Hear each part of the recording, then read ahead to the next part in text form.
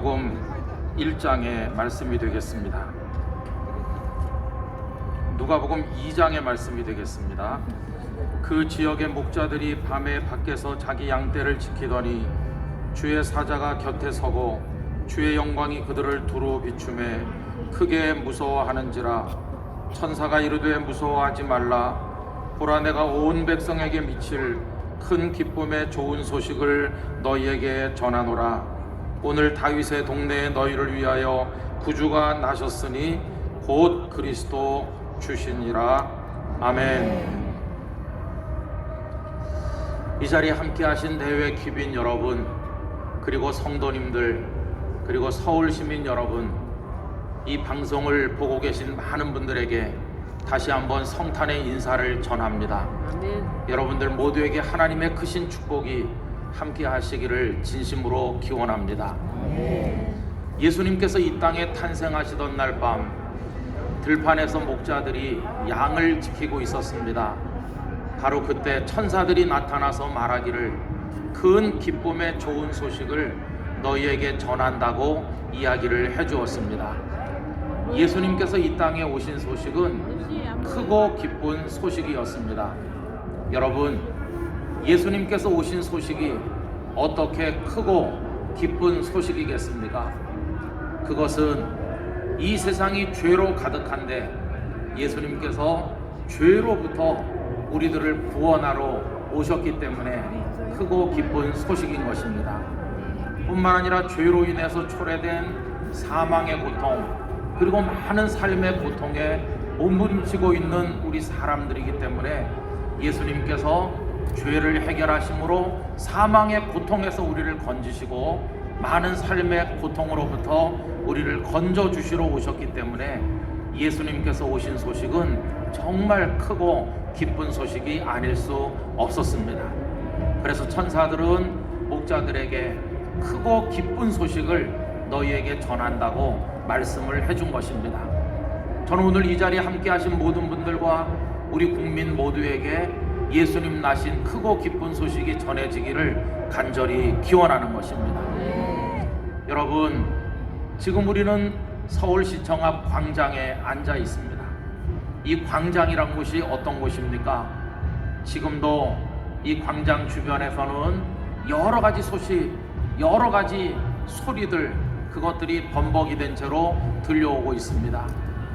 일찍이 이 시청 앞 광장으로부터 시작을 해서 광화문 광장까지 이어지는 이 광장들에서는 민주화의 함성이 외쳐 나왔던 곳이기도 합니다. 또 그런가 하면 2002년 한일 월드컵 때는 여기 우리 국민들이 엄청난 인파가 모여서 우리 선수들을 응원하면서 우리 가슴 속에 뜨거운 애국의 마음을 응원을 통해서 표현했던 곳이기도 합니다.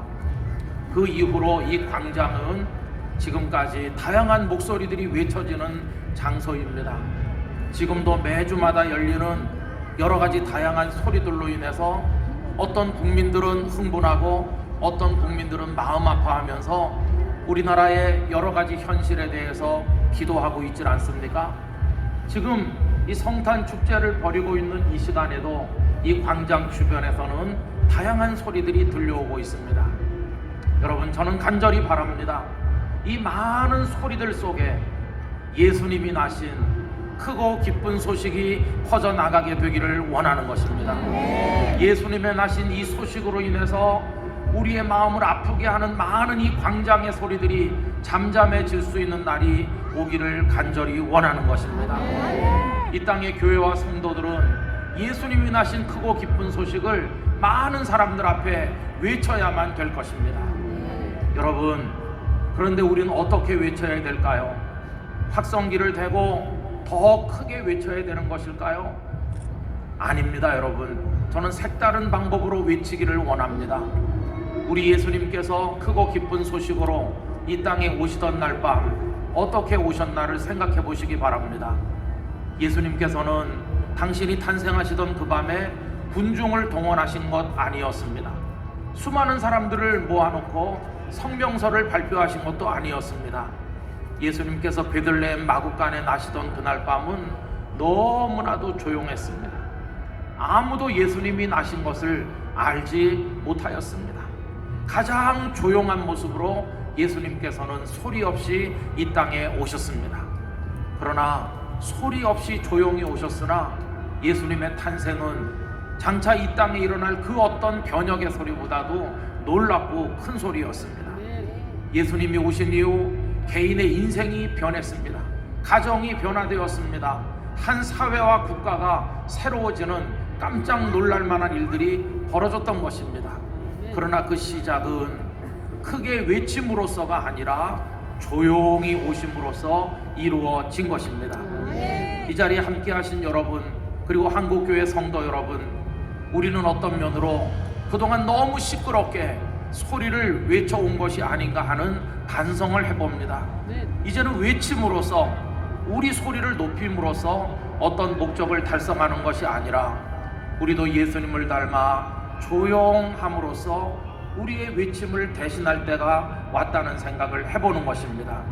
예수님은 어떤 분의 표현대로 분출됨으로써 자신을 드러낸 분이 아니십니다. 그 반대로 예수님은 마치 시냇물이 소리 없이 스며들듯이 사람들의 가슴 속으로 소리 없이 스며들므로써 당신이 구주 되심을 알리신 분이셨습니다. 이제 우리는 더 이상 소리를 높이지 말아야 되겠습니다. 자신의 이해 타산에 따라서, 여러 가지 자기 이익에 따라서 외치는 소리를 이제는 좀 잦아들게 하고 예수님의 사랑을 배워서 깊은 곳으로 소리 없이 흐르는 우리들이 돼야 될 줄로 믿습니다. 조용하게 흐르지만 기쁨의 큰 소식이 되어서 그 소식을 듣고자 하는 많은 사람들에게 이 소식이 흘러 들어가게 되기를 원합니다. 저는 이 땅에 가난하고 힘들고 어려운 이들의 가슴 속에 예수님 나신 소식이 들어가게 되기를 원합니다. 자신의 과오로 인해서 고통받는 이들에게 죄의 용서의 은총으로 스며들기를 간절히 원합니다. 저 휴전선 넘어 고통받는 북한의 동포들의 가슴 속에도 주님의 나신 소식이 소리 없지만 강력하게 스며들게 되기를 간절히 원하는 것입니다. 오늘 우리는 한편으로 주님 나신 것을 축하하면서도 마음이 여러 가지 현실로 인해서 무겁습니다.